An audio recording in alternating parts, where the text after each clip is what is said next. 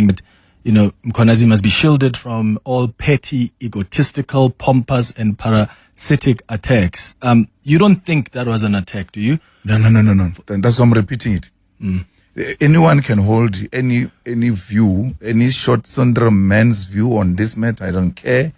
I've got my own views and I speak facts. He must never, Mkhwanazi, use EFF or Julius Malema or CIC as a swear word to General Khan. If he wants to insult Khan, he says, EFF, Malema, dinner of EFF. What is that? Has got to do with anything. We've never done anything to the guy. He's just attacking us. And you expect us to fold our arms? He says, I met Malema through Khan, suggesting some impropriety.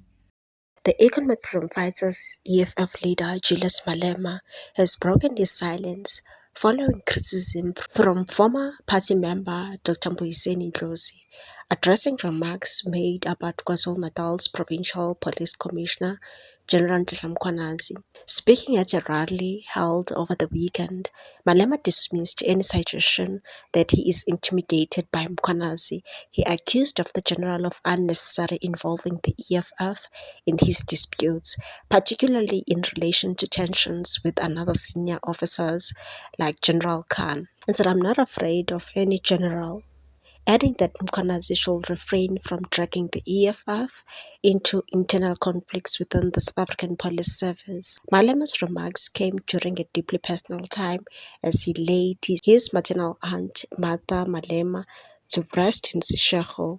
She passed away on 16 March 2026 at the age of 54. A committed Economic Freedom Fighters member since 2013, she was remembered for her grassroots activism and strong influence in Ward 13. The funeral drew several prominent figures, including Dr. Polly Boshielo, Banyaza Lesufi, and Colin Malachi. Gospel artist Winnie Mashaba delivered a moving musical tribute. Meanwhile, Ndlozi sparked debate on social media platform on X app with a post published while Malema was attending the funeral.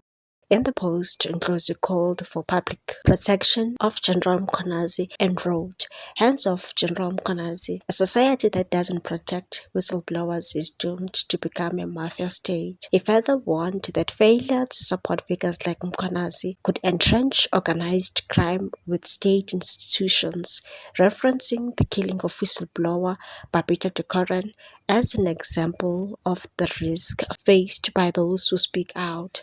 The tweet drew mixed reactions, with some EFF supporters interpreting as a veiled critique of Malema. In an interview with Radio 702, Malema downplayed the controversy, stating that Ndlozi was entitled to his views and that he did not interpret the post as a direct attack.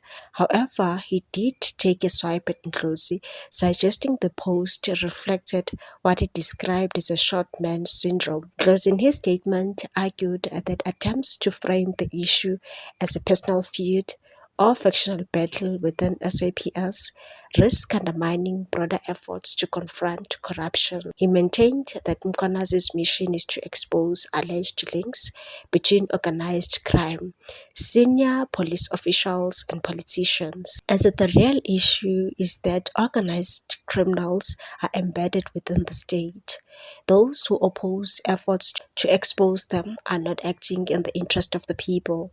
The exchange highlights growing tensions within political and law enforcement circles as debates intensify over accountability, whistleblower protection, and the role of senior police officials in combating organized crime. The former EFF Member of Parliament, Dr. Mbuyiseni Ndlozi, has also publicly thrown his support behind KwaZulu-Natal Police Commissioner Nhlanhla Mkhwanazi, calling for his immediate appointment as acting National Police Commissioner. Ndlozi's remarks come in the wake of reports that Masemola is facing legal action linked to an alleged violation of the Public Finance Management Act connected to the controversial 360 million rand SAPS health services tender. The contract was awarded to a businessman, Vusimuzi Ketmatlala, who was arrested in 2024 on charges related to the attempted murder of his former partner, Tebogo Tsobejane. Taking to the social media platform, Ndlozi strongly rejected claims that Masemola is being prosecuted for corruption, instead framing the case as a strategic move by the Investigating Directorate Against Corruption, IDEC, and said Masemola is not being accused of corruption. IDEC is dragging him to court over a PFMA violation. The objective is to have President Cyril Ramaphosa remove him. Ndlozi further alleged that certain factions within the law enforcement are seeking to expose senior officials, including Lieutenant General Khumalo and General Mkhwanazi, once General Masemola is removed from his post. He linked the current developments to what he described as the original mission behind the suspended police minister Senzo Mchunu controversial disbandment of the Political Killings Task Team, PKTT, claiming it was intended to weaken investigations into organized crime networks and their alleged collaborators within the upper ranks of the South African Police Service. Framing the issue as a test of institutional integrity, Ndlozi urged Ramaphosa to take decisive action to safeguard the credibility of the criminal justice system. He outlined a three-step intervention: the immediate suspension of Masemola, the suspension of the head of IDEC, the appointment of Mkhwanazi as acting National Police Commissioner. The unfolding developments signal deepening divisions within South Africa's policing structures, raising broader questions about political interference, accountability, and the stability of the country's law enforcement leadership.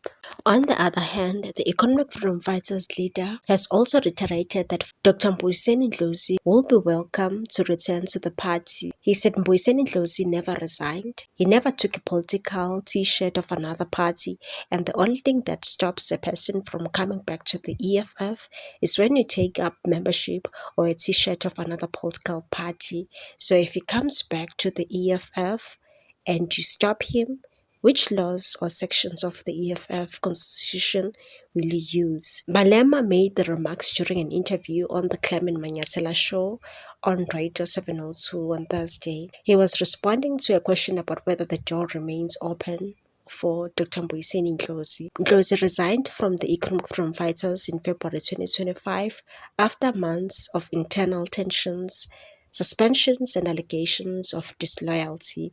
He later said he had been barred from party activities 6 weeks before the party's December 2024 National Elective Conference.